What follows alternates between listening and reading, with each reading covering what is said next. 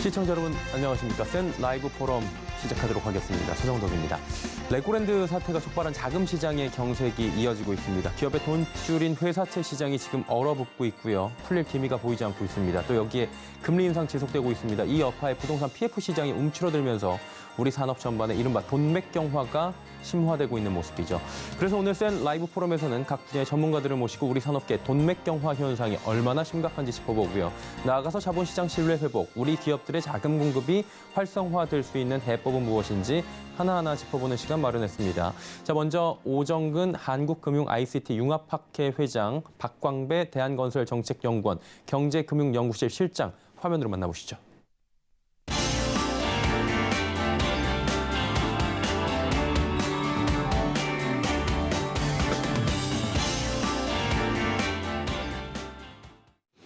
예, 방금 화면으로 만나보신 두 분을 또 바로 소개해드리도록 하겠습니다. 오정근 한국금융 ICT 융합학회 회장, 박광배 대한건설정책연구원 경제금융연구실 실장과 함께하도록 하겠습니다. 두 분 인사할까요? 네, 안녕하십니까? 반갑습니다. 예, 먼저 오정근 융합학회 회장과 먼저 이야기를 좀 나눠보도록 할게요. 네. 우리 기업들이 지금 뭐 소위 말해서 돈이 없어가지고 돈 찾아다니느라고 뭐 여기 은행이나 여기저기 굉장히 뭐 닳게 다니고 있을 것 같다는 얘기가 나오는데 그마저도 지금 금리가 너무 비싸다 보니까 녹록치가 않잖아요. 네, 그렇습니다. 기업들 어려울 텐데 어느 정도로 지금 상황이 지금 거의 뭐 회사채 시장은 거의 A 등급조차도 발행이 쉽지가 않은 그런 상황이고요. 예. 지금 이제 말씀하신 대로 대출 그런 자연은 이제 은행 대출로 가는데 대출도 지금 금리가 워낙 높기 때문에 예. 만만치 않은 그런 상황입니다. 이게 아무래도 레고랜드가 거의 2,050억이면은 사람들이 볼 땐 이것 때문에 이렇게 될 일이야라고 생각을 하는데 그때부터 한번 조금 이야기를 해볼까요? 네, 그래서 그 레고랜드 사태라고 많이들 얘기하는데 예. 흔히들 이제 언론에서 레고랜드 발 뭐 이렇게 얘기하는데 예. 그 레고랜드 그 2,050억 화해 신청이 9월 28일에 있었거든요. 예. 9월 28일 있고 나서 사실은 그 다음에는 채권 시장이 안정됐어요. 그러다가 10월 12일 한국은행 금리를 올리면 제가 표를 하나 만들어 줬는데 예. 저기 나와요. 보이고 있네요. 그러니까 이제 10월 12일 한국은행 금리를 올린 이후부터 이제 본래 금리를 올리니까 채권 금리가 올라갔거든요. 그렇죠.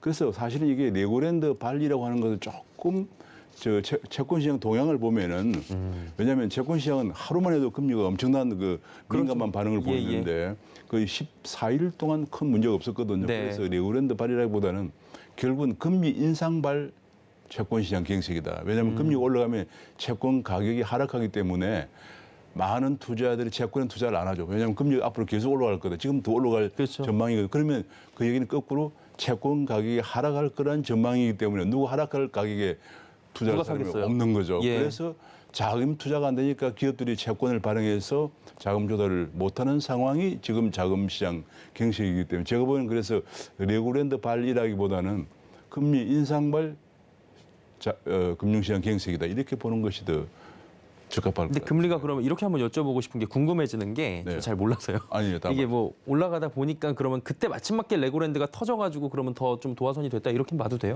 근데 그 레고랜드는 제가 아까 그림 봤지만 앞쪽이었잖아요. 예, 9월 28일 날 네네. 레고랜드 화해 신청을 했거든요. 네. 그리고 저기 보면 오히려 그 이후에는 금리가 괜찮았어요.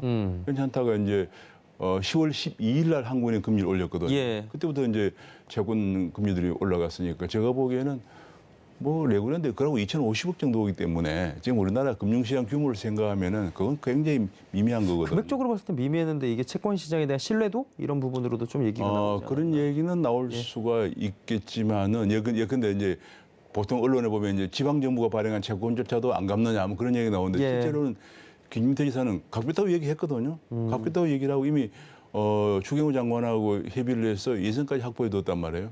그렇기 때문에 뭔가 이게 좀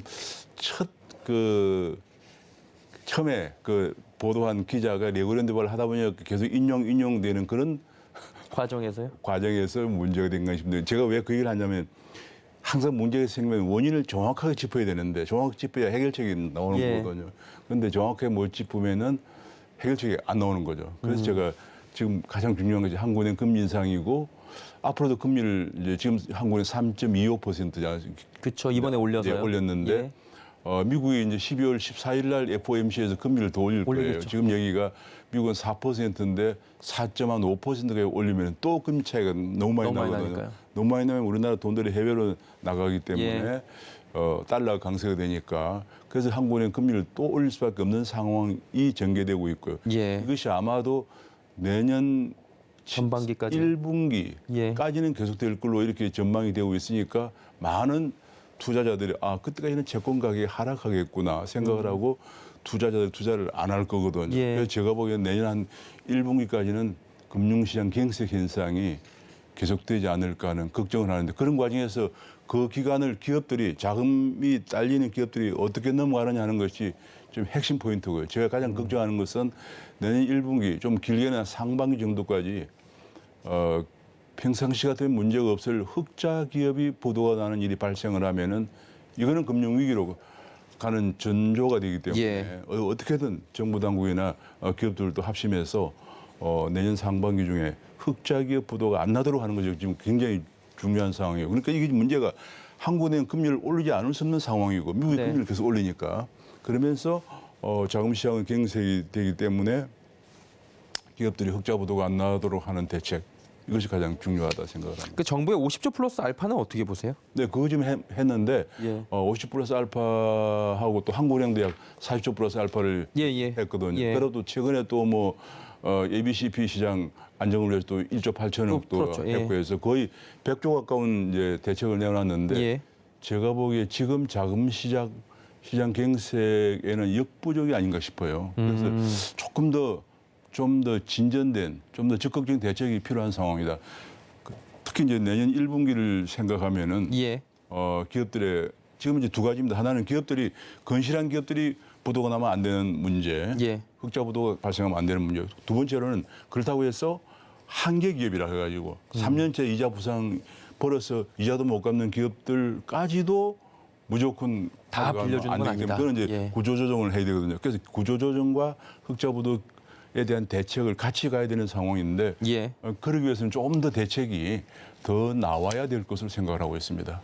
기업들 어쨌든 간에 살기 위해서 대출 많이 하고 있지 않습니까, 요즘에? 네, 그렇습니다. 예. 지금 뭐 대출하는데 대출금리 자체가 워낙 높고 오늘 보니까 뭐 대출금리도 지금 주담대가 8% 상한대까지 가 있고요. 예. 지금 한국은행 금리를 더 올리게 되면은 주담대 같은 경우에 9%까지 간다는 얘기는 연말 뭐 9% 얘기 나오고 있어요. 나오니까 이 얘기는 무슨 얘기냐면 만약에 어떤 젊은 분이 지금 이제 우리 가계대출만 1,840조인데 5억 원을 빌려가지고 집을 사는데 썼다 그러면 옛날에 금리가 한국은행 기준금리가 0.5%일 때는 한 달에 이 원리금 상환이 한 200만 원밖에 안 되었거든요. 근데 지금 8, 9%가 되면은 한 달에 원리금 상환액이 400만 원이 넘어요. 그러니까 월급의 거의 전부를 들어가야 월급 되죠. 상환에 예. 써야 하기 때문에 소비를 못하고 젊은 사람이 생활할 수가 없죠. 그래서 굉장히 큰 문제가 계속되고 있어서 지금 어떻게 하면 금리를 최소한으로 올리면서 예. 자금시장 갱색을 덜하게 하면서 외환이 빠져나가지 미국은 계속 금리를 올릴 테니까요. 거니까 예. 빠져나가지 않게 그런 대책을 강구해야지 미국이 금리 올린다고 우리가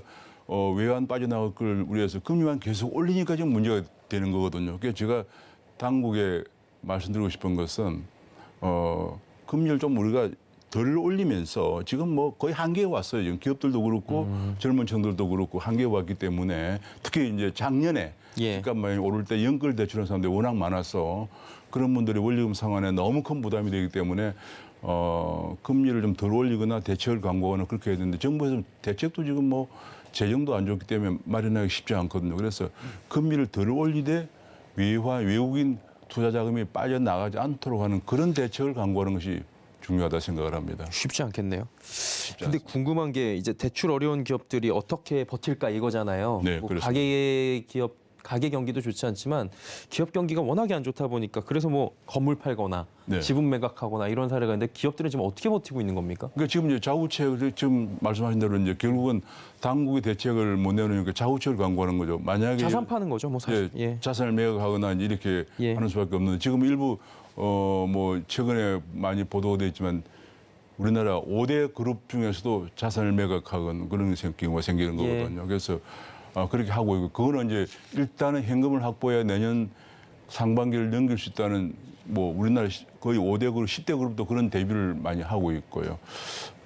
지금 대기업들도 진퇴양난입니다. 왜냐하면 대기업의 자금 조달을 원은 본래는 은행이 아니고 주식을 발행하거나 예. 아니면 채권을 발행하거나 그렇게 해왔는데 지금 화면에 나가고 있네요. 자금 조달 주회들이. 예, 둘 중에 안 돼. 지금 이제 제가 데이터를 만들어 보면 저거 예. 이제 거의 그 아주 연한색이 회사채 순발행액인데 금년 초부터 그냥 마이너스예요. 그러니까 예. 회사채 발행 안 되고 있거든요. 네. 안 되고 있으니까 채권 발행은 힘들고 저 이제 녹색이 대출인데 대출을 받아서 하는데 대출 금리도 엄청 높기 때문에 네. 기업들이 지금 투자 자금도 그렇고 마련하기 힘들고요. 예, 예. 그러니까 경기가 이제 위축이 되고 있는 상황인데 최근에 제가 보도를 보니까 거의 기업들이 신규 10대 그룹의 신규 금융 비용 부담이 한 26조 정도 증가했다고 그래요. 예. 그러니까 거의 이익의 절반을 그냥 금융비용으로 나가는 거죠. 금융비용으로 예. 나가고 있다. 그런 얘기가 나왔습니다. 거기다가 지금 아무래도 그 현금 확보를 하려고 여러 가지 뭐 유상증자를 한다든지 뭐 이런 부분들이 나오는데 그 비용 조달 비용 자체가 워낙에 좀 부담되지 않겠어요? 그렇죠. 그리고 지금 현재 예. 유상증자가 잘 안 안 되죠. 돼요. 왜냐하면 예. 주식시장이 워낙 안 좋기 때문에 거기에 참여하는 사람들이 별로 많지 않을 거기 예. 때문에 상당히 힘들고 오히려 그런 과정에서 유상증자 얘기를 꺼냈다가 증자만 안 되면은 오히려 주가 더 빠지고요. 그 예. 그룹의 이 자금 사정이 너무 안 좋은가 보다 하고 또 그쵸, 오히려 악소문 나죠. 예. 문제가 될 수도 될 수 있습니다. 예를 들어서 예.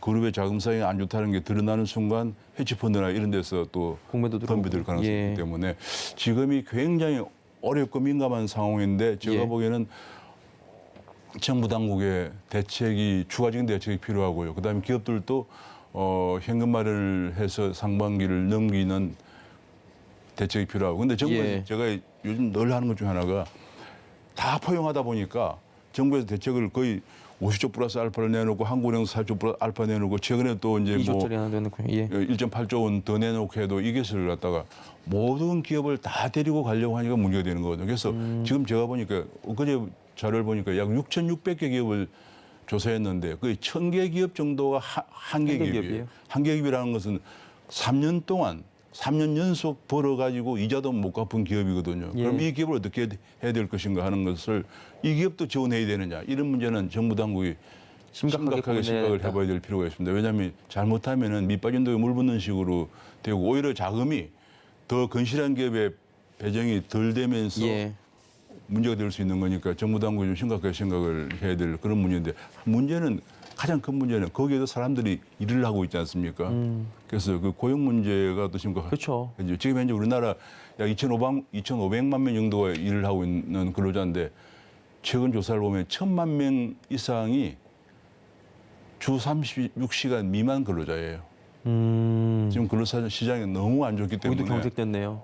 또 한 기업이라 해서 무조건 구조조정하면 고용시장이 너무 악화되니까 예. 실업자 늘어나죠. 이 정부가 잘 대책을 봐서 너무 안 좋은 기업에 대해서는 구조조정을 하되 나머지는 대책으로 끌고 가는 이런 방향으로 해서 내년 상반기를 잘 넘겨야 할 것으로 생각합니다. 근데 이게 사실은요, 회장님, 그 채권 시장을 어쨌든 발행을 해서 돈을 모으려고 하잖아요. 네, 그렇죠. 기업들은 예, 예. 자금 경색을 단기적으로라도 예, 막아야 예. 되고 예. 말씀하신 대로 내년 상반기까지 일단 버티는 게 이기는 거다라는 기업의 분위기가 굉장히 강한 걸로 알고 지금은 있어요. 버텨야죠. 그렇죠. 예, 버티는 그런 게 상황으로 알고 있는데 버팁니다. 그럼 채권 말고 딴 방법은 없을까요?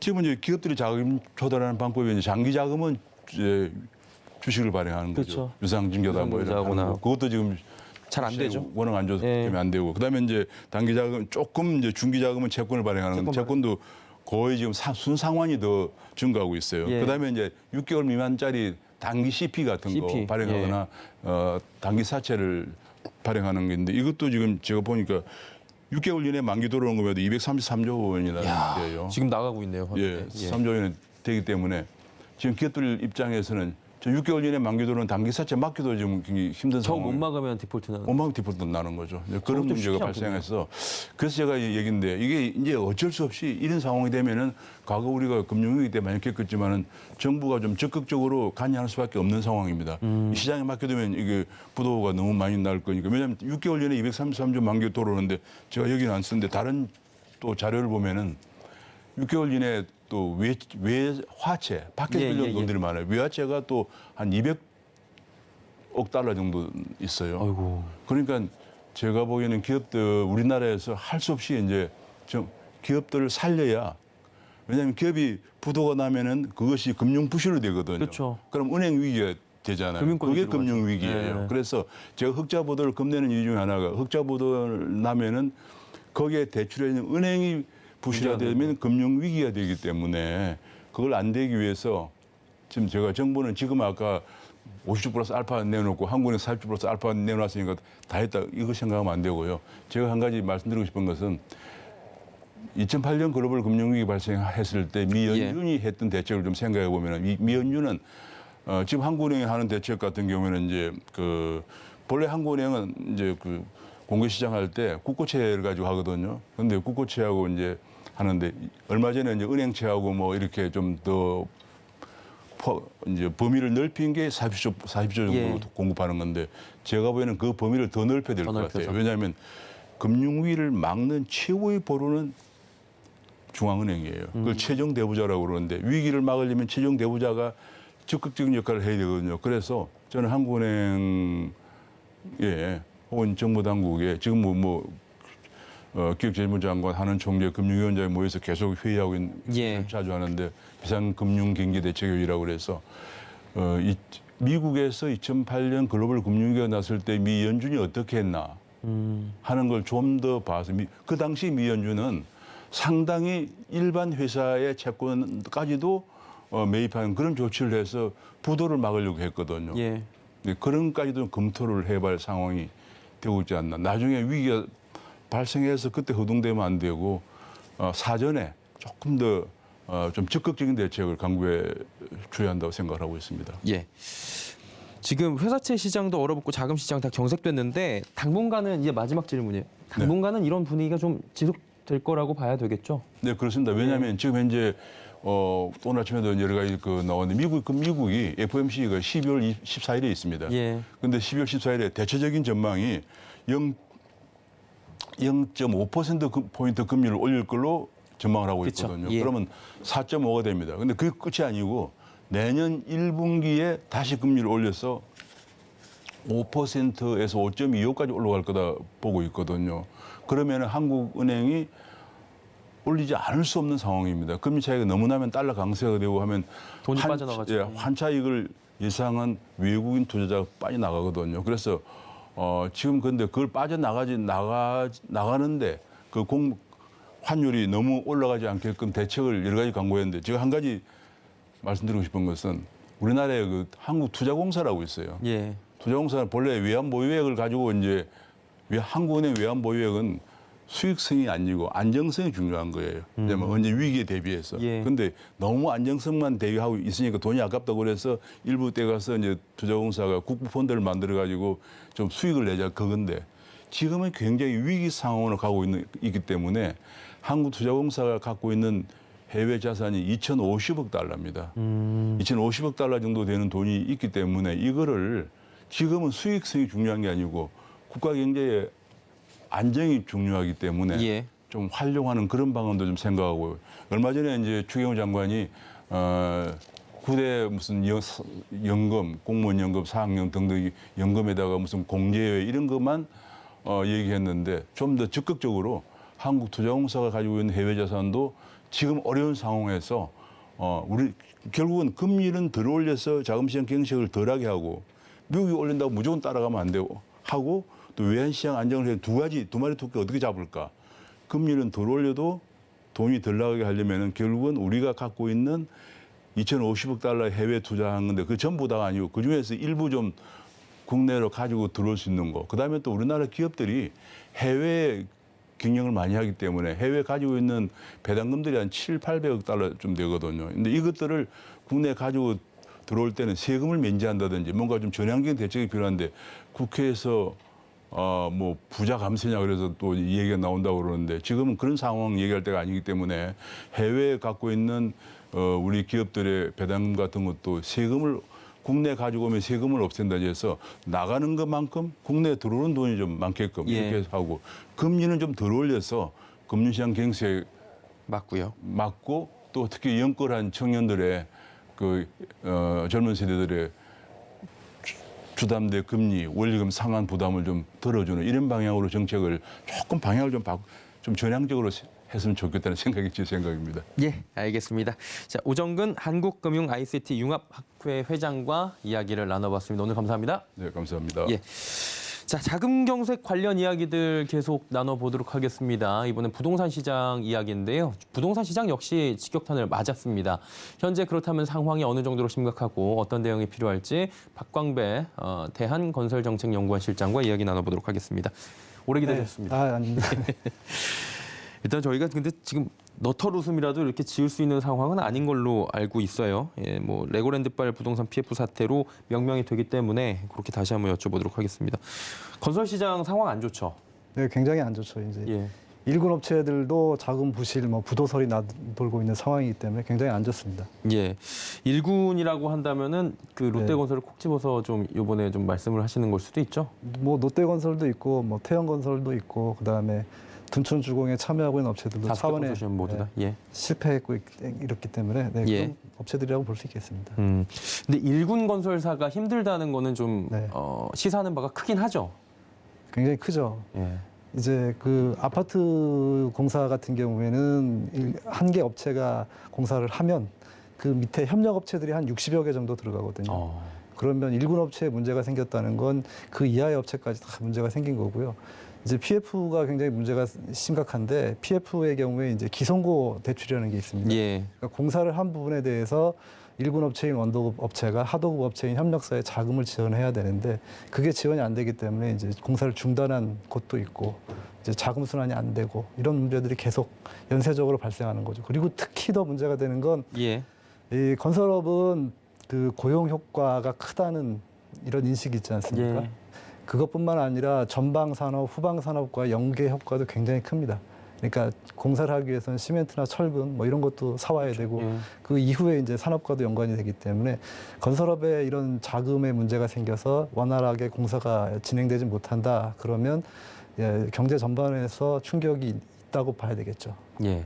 그래서 건설 경기가 참 중요하다라는 말들이 매일 나오는 것 같은데 일단 PF 좀 여쭤볼게요. PF가 네. 사실 시장이 좋을 때는 황금알을 낳는 거위다 이런 얘기 나오잖아요. 미래 가치를 땡겨가지고 그냥 모두가 윈윈할 수 있는 제도로 쉽게 표현이 될 것 같은데 이게 문제가 된 거잖아요, 이번에. 그렇죠. 조금 전에 말씀해 주시는 부분하고 일맥상통하긴 하겠지만 구체적으로 지금 어떤 부분이 어떻게 PF가 문제가 되고 있는 겁니까?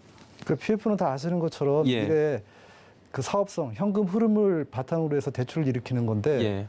이제 건설 경기, 주택 경기가 호황일 때는 분양도 잘 되고 해서 네. 자금 순환이 원활하기 때문에 별 문제가 없습니다. 그런데 이제 지금처럼 미분양, 특히 수도권, 경기도 외곽에서도 미분양이 발생하고 있는 상황에서는 분양이 잘 안 되기 때문에 분양을 밀어내기 위해서는 건설업체들은 분양가를 인하해야 되거나 다른 여러 가지 수요를 일으킬 수 있는 조치를 취해야 되지 않습니까? 예. 그러면 수익성이나 사업성이 낮아질 수밖에 없기 때문에 기본적으로 현금 흐름이 안 좋아질 수밖에 없는 거고요. PF가 현금 흐름을 기반으로 해서 대출을 했기 때문에 현금 흐름이 안 좋아진다는 것은 이제 굉장히 문제가 생기는 거고요. 그런 상황인 거죠. 네. 일군 건설사가 그리고 지금 일군 건설사 좋다 쉽지 않다라고 아까 서두에 네. 말씀을 해주셨잖아요. 그러다 네. 보니까 그 밑에 상장사긴 하지만 중소 건설사들은 더욱더 상황이 안 좋다. 그리고 시행사 시공사들 밑에 하도급 업체들은 더더욱 위험하다라고 말씀을 해주셨는데 현 상황이 구체적으로 어떤 거예요? 부도 처리되는 지역에서도 그런 것도 나오고 있던데. 충남 지역의 경우에는 시공능력 순이라고 하거든요. 예. 그 시공능력 순위 6위권 업체가 이제 1차 부도가 났습니다. 그러니까 예. 아까 말씀드린 것처럼 공사를 수행했으면 발주자나 여기서부터 돈이 돌아서 네네. 그 돈을 가지고 협력사나 기계장비 빌린 대금을 지급을 해야 되는데 기계장비 대금 지급을 못해서 1차 부도가 난 것으로 알고 있고요. 이제 롯데 같은 경우에 아까 말씀하신 것처럼 그룹사에서 1조 넘는 돈을 수요를 받아야 되는 예. 그런 상황이기 때문에 전반적으로 그런 문제들이 계속 큰 업체들이 부도가 나서 경제 위기까지 간다 이런 상황은 아니지만 좀 관리를 해야 될 만큼 좀 주의 깊게 봐야 되는 상황인 것 같습니다. 한마디로 일군 건설사조차도 휘청거리고 있고 지방에 그래도 꽤 규모가 있는 건설사들이 부도 처리가 나오다 보니까 네. 아무래도 시장 상황이 무조건 부도가 나서 다 같이 힘들어지는 거야 이런 거보다는 지금 관리 자체는 시급한 상황으로 엄중하게 인식을 한다. 그런 거죠. 네. 예, 이렇게 보면 될 것 같고요. 그러다 보니까 이제 정부도 심각성을 느끼고 있는 것 같아요. 네. 치안펀드 확대나 대응책 내놓고 있는데 쉽게 시원하게 네. 말씀하시기 힘들겠지만 정부 대응책 어떻게 보고 계십니까? 기본적으로 앞에서도 얘기 나온 것처럼 정부 50조 플러스 알파, 한국은행 40조 플러스 알파가 나왔지만 그 자체는 자금 경색을 해결하기에는 조금 다소 부족한 감은 있습니다. 예. 있지만 기본적으로 정부나 금융당국에서 이 사태를 해결하고 안정화시키기 위해서 개입하고 노력할 의지가 있다는 신호를 시장에 보낸 측면에서는 긍정적이라고 봅니다.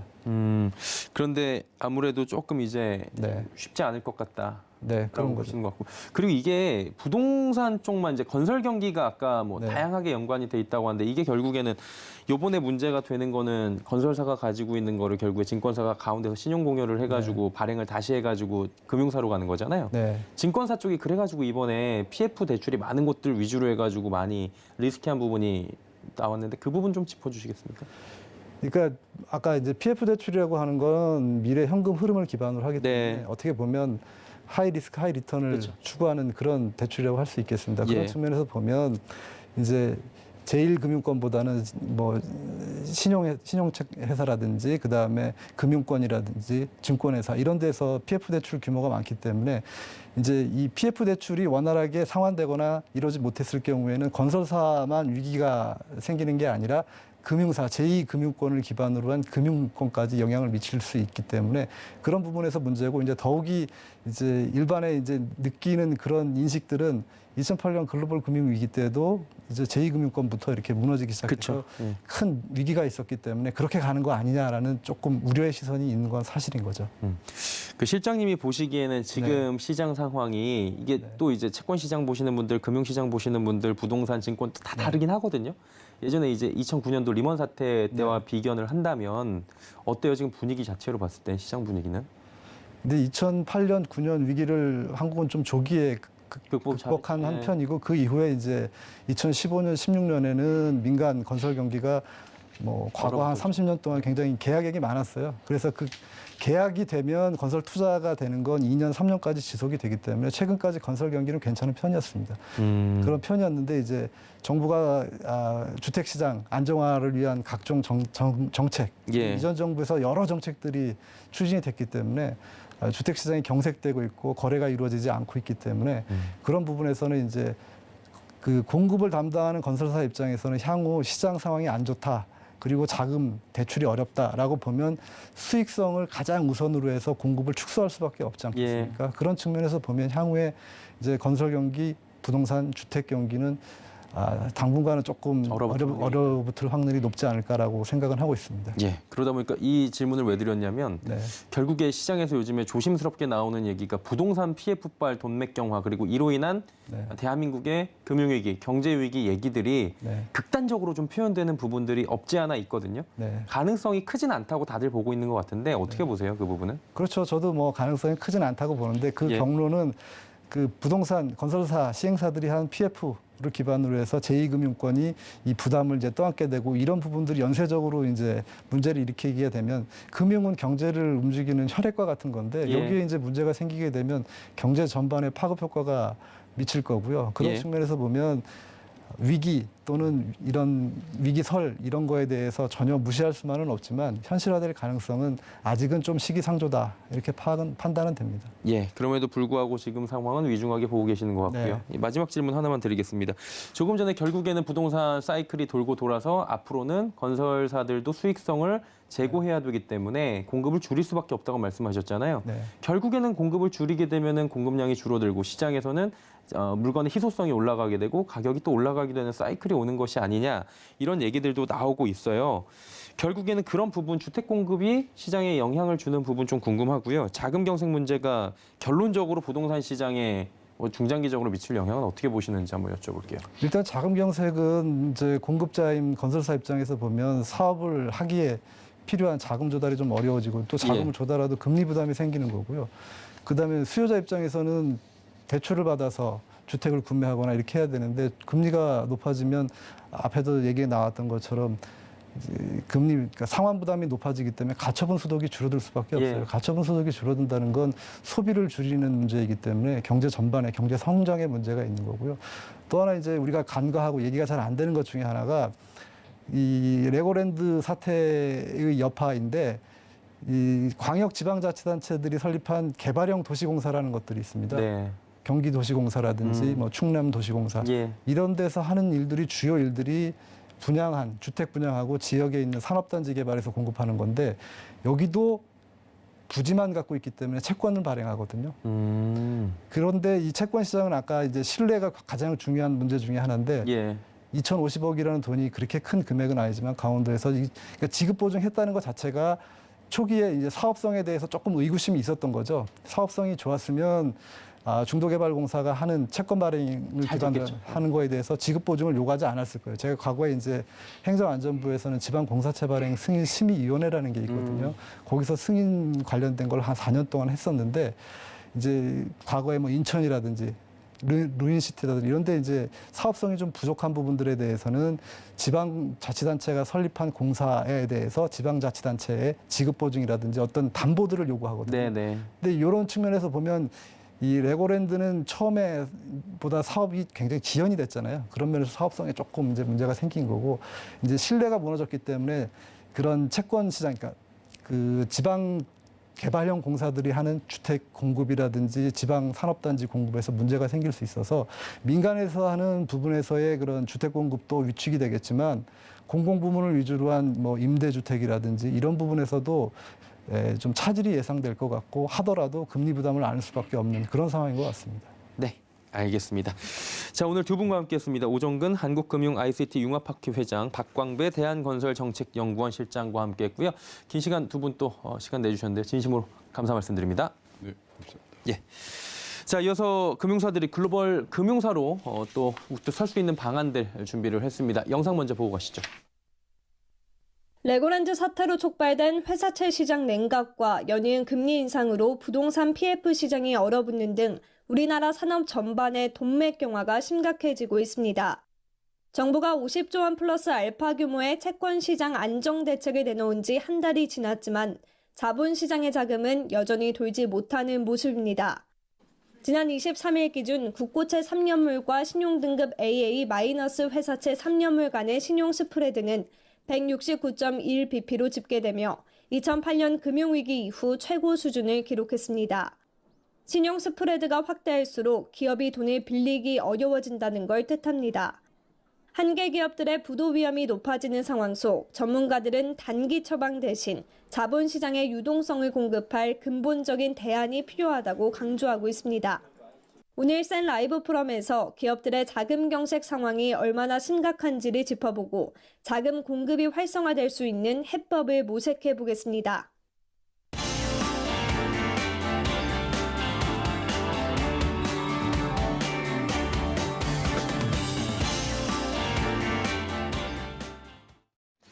자, 부동산 PF 이야기들 계속 해보도록 하겠습니다. 건설사뿐만 아니라 증권사나 캐피털사 등을 중심으로 유동성 위기가 좀 현실화가 되고 있죠. 산업계도 마찬가지입니다. 돈맥경화 현상이 굉장히 심각한데요. 자본시장 신뢰 회복해야 되고요. 원활한 자금 공급이 좀 잘 돼야 될 텐데 서지용 상명대학교 경영학부 교수와 이야기 나눠보도록 하겠습니다. 어서 오세요. 안녕하세요. 네, 반갑습니다. 일단은 뭐 저희가 30분 정도 동안 이야기를 나눠봤는데요. 돈맥경화가 계속되고 있어요. 지금 심각하다 얘기는 나오고 있는데 자본시장에서의 돈맥경화는 지금 어느 정도로 진행이 되고 있는 겁니까? 예, 자본시장 같은 경우는 직접 금융시장 이용하는 방법인데요. 예. 특히 이제 기업들이 이제 증권 발행을 통해서 자금 조달을 하고 있죠. 최근에 이제 그 회사채하고 국고채 금리 시종 위험 스프레드라고 하는데요. 그 보통 국고채 3년물 대비 이제 회사채 AA- 3년물 기준으로 보게 되면 최근에 한 167 BP 네. 베이시스 포인트 정도 되거든요. 그러니까 지금 기준으로 보게 되면 한 5.4에서 5.5% 정도 예. 돼요. 그러다 보니까 이제 국고채 대비 스프레드가 확대가 되고 자금 조달이 안 되다 보니까 최근에 이제 그 기업들이 은행들을 통해서 자금을 조달하는 경향들이 많아지고 있습니다. 예. 대체적으로 이제 중소기업들이 이제 간접금융 방식으로 자금 조달하는데 뭐 간접금융 통한 그 중소기업 대출금리 좀 낮습니다. 그럼에도 불구하고 평상시보다 상당히 높은데 지금 한 4.87% 정도 돼요. 그러니까 결론적으로는 이게 4.87%가 한 8년 8개월 만에 가장 높은 수준이라고 합니다. 예. 그래서 통상적으로 지금 그 중소기업 대출도 많이 늘었고요. 그다음에 이제 그 시중은행들 그 원화 대출 기준의 잔액도 지금 보게 되면 1,169조 원 정도, 예. 그 9월에 비해서 한 14조 원 정도 늘어난 수준이기 때문에요. 짧은 기간 동안에 대출이 늘어났다는 거. 어떻게 보면 그 일종의 돈맥 경화, 예. 자본시장에서의 유동성 부족이 이런 그 간접금융시장의 돈맥 경화로도 이어지고 있다 이렇게 볼 수 있을 것 같습니다. 금리도 올라가고 있는데 갑작스럽게 지금 돈도 많이 빌려가고 있고 그러다 보니까 빌려줄 수 있는 대출 잔액도 줄어들고 있고 이래저래 이제 앞으로가 더 문제일 것 같다라는 생각이 드는데 결국 이제 자금이 막히는 게 문제인 거잖아요. 그러면 기업들은 자금난이 생길 수밖에 없고 그러니까 돈 묶여갖고 그러면은 뭐 디폴트, 이른바 채무불이행 이런 게 생겨날 확률도 좀 앞으로 높아질 수 있다 이렇게 봐야 되겠나요? 그렇습니다. 왜냐하면 이제 은행 대출이 늘어나기 때문에 대체적으로 그 은행들의 부실 가능성이 있죠. 대출의 부실 가능성. 실제로 이제 이자를 상환할 수 있는 가능성들이 많이 이제 줄어들 가능성이 있어요. 왜냐하면 경기가 안 좋고 매출이 감소하는 상황에서 대출 금리가 늘어나니까 결과적으로 이자 부담이 커지면서 이 한계비 기업이라고 하죠. 보통 이제 영업 활동을 통해서 이자 못 갚는 그런 기업들이 늘어나고 있거든요. 참고로 지금 한 전체 기업들 중에서 한 15% 정도가 이자 보상 비율 1 미만인 한계 기업이 많다고 해요. 그래서 그런 측면에서 보게 되면 상당히 이제 앞으로 데폴트 가능성이 있죠. 더군다나 이제 추가 기준금리 인상 가능성이 높기 때문에 이제 그 이런 이자 부담에 대한 그 기업들이 느끼는 체감 정도는 상당히 더 가중될 가능성이 있습니다. 근데 이제 사실 돈을 빌려가지고 이자를 갚을 정도의 능력은 기본적으로 있어야 되는 건데 그 능력도 안 되는 한계 기업들이 늘어나고 있고 그럼에도 불구하고 빚으로 돌려서 막고 있는 기업들이 더 늘어날 수밖에 없는 상황인 거잖아요.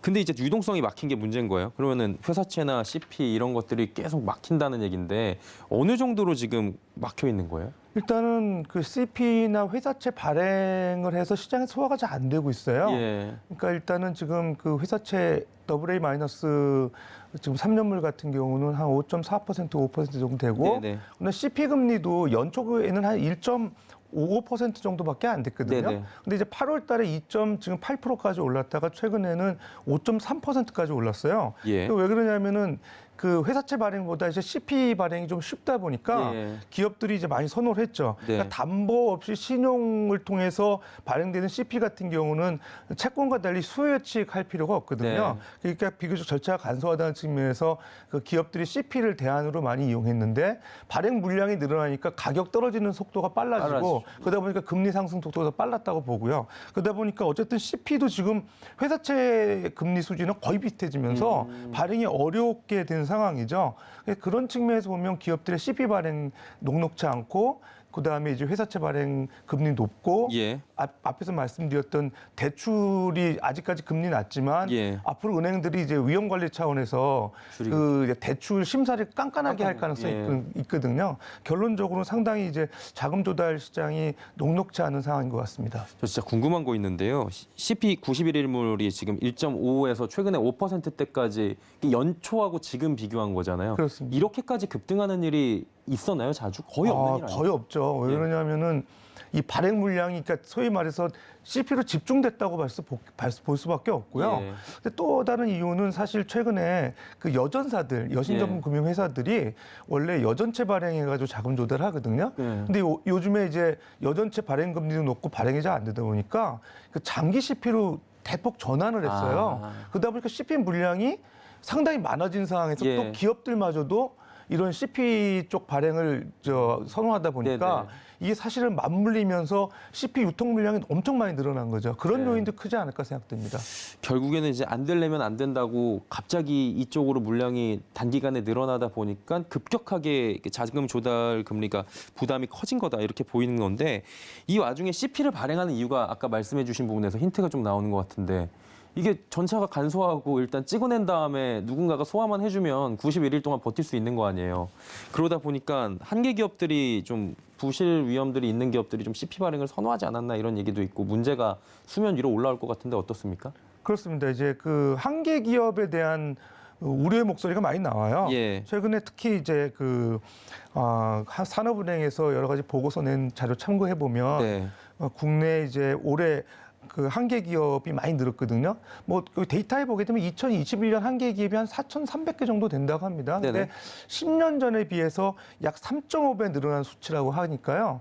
그러니까 지금 4,300이니까 올해 또 영업 여건이 안 좋아지고 이자 부담이 커지는 상황에서 상당히 이제 많이 늘어날 개연성이 있다고 봐요. 그러니까 지금 작년까지만 한계 기업이 차지하는 비중이 한 15% 정도 되니까 올해 지나고 나면은 이보다 훨씬 높은 수준이 되지 않을까 우려가 돼서 결국 정부는 지금 유동성 지원을 위해서 뭐 50조 원 플러스 알파라는 지금 대책도 내놓고 예. 그다음에 체험펀드 조성해서 이런 기업들 지원하겠다 하는데 예. 자칫 사실 우량 기업 외에도 지원해 줄 수 있는 일종의 좀비 기업에 대한 부분도 예. 있거든요.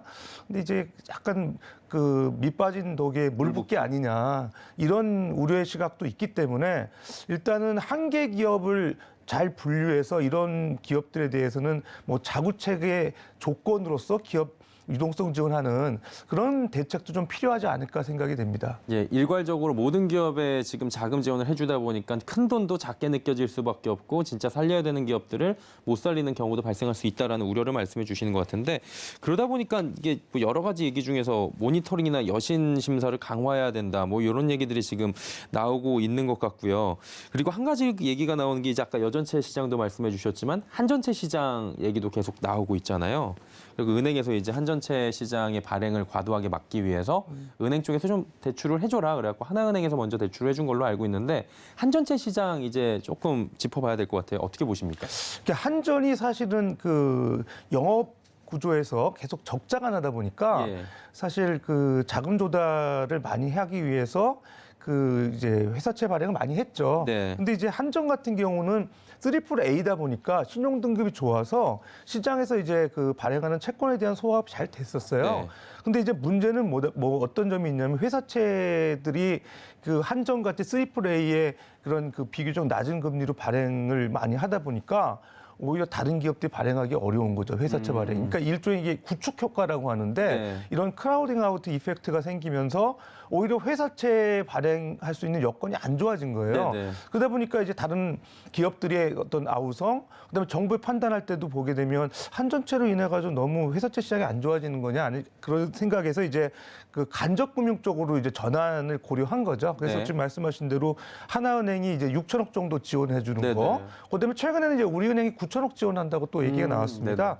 그러다 보니까 이제 오히려 한전에 대한 은행 주출이 늘어나는 게 또 반대로 지금 따지면 은행 문통을 높여서 다른 중소기업들 대출받기 어렵게 하는 거 아니냐 이런 얘기도 나오고 있거든요.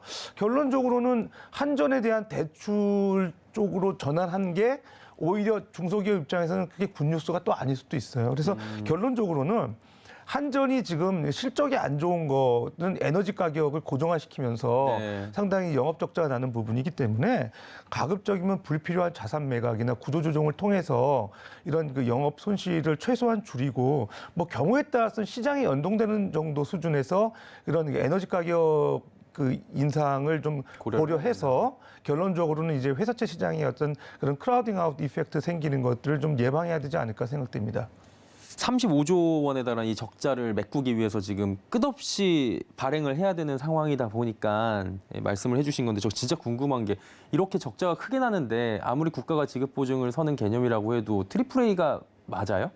글쎄요, 신용등급이 이제 그 평가기관에서 이제 하향 조정하고 또 상향 조정도 이렇게 수시로 하거든요. 예, 예. 근데 이제 한전의 영업 구조나 보게 되면은 진짜 하향 조정될 가능성이 있죠. 그러니까 이런 평가기관들이 보게 되면 재무 구조라든가 예. 어떤 영업 실적이라든가 향후의 어떤 사업 전망 가능성 이런 걸 종합적으로 판단해서 이 본드 레이팅을 조정하거든요. 네. 근데 이제 말 그대로 트리플 A면은 우리나라 국가 신용 등급보다 높은 높은데 건데요. 이런데 이제 회사채 발행하는 데 있어서 이렇게 부담이 되고 그다음에 이제 그 소위 말해 적자가 나는 네. 그런 회사가 과연 트리플 A에 적합한지 뭐 사실 이런 거는 이제 평가기관들 잘 평가하겠지만 어쨌든 그 한전이 계속 신용 등급을 유지하고 사업을 원활하게 하기 위해서는 근본적인 대책 마련 아까 말씀드렸던 이런 그 선택과 집중을 통한 이런 그 사업 투자라든가 불필요한 자산 매각 이런 것들이 필요해 보입니다. 예. 결국에는 이제 뭐 오늘 1시간여 동안에 교수님도 좋은 말씀 지금 계속 도와주고 계신데 50조 플러스 알파 정부에 그리고 뭐 한국은행의 40조 원 플러스 알파는 근본적인 대책은 될 수 없겠다라는 게 저도 진행하면서 느껴지고 있고 시장에서 나오고 있는 얘기잖아요. 향후에 그러면 교수님 진짜 또 이게 어려운 질문이 될 수 있겠지만 구체적으로 어떤 해법들이 필요하다고 보십니까? 글쎄요, 지금 그 중앙은행에서는 긴축 기조를 바짝 조이고 있고 예. 오히려 정부에서는 뭐 50조 원 플러스 알파 체험 펀드 조성에서 시장에서 이런 유동성 공급하고 있고 사실 결이 좀 달라는 정책을 하고 있는 그렇죠. 거예요. 예. 근데 그러면은 이 정부의 어떤 정책을 중단해야 되냐 그런 건 아닌 것 같아요. 그러니까 예. 제가 생각할 때는 긴축은 중앙은행의 몫으로서 물가 안정을 잡고 예. 그다음에 시중에서 이제 자금 조달이 어려운 차주들이나 기업 지원을 위해서는 정부나 이제 금융위원회에서 이제 주도적으로 사업을 그러니까 어떤 정책을 지원해야 되는데 가장 좋은 방법은 이 프라이머리 CBO에 대한 발행 고려입니다. 최근에 보게 되면 그 한국 주로 그 신용보증기금, 예. 신용보증기금에서 한 5조 원 정도 프라이머리 CBO를 발행해서 이런 그 시장에 소화 안 되는 CP 회사채, 여전채들 매입해주고 네네. 있었거든요.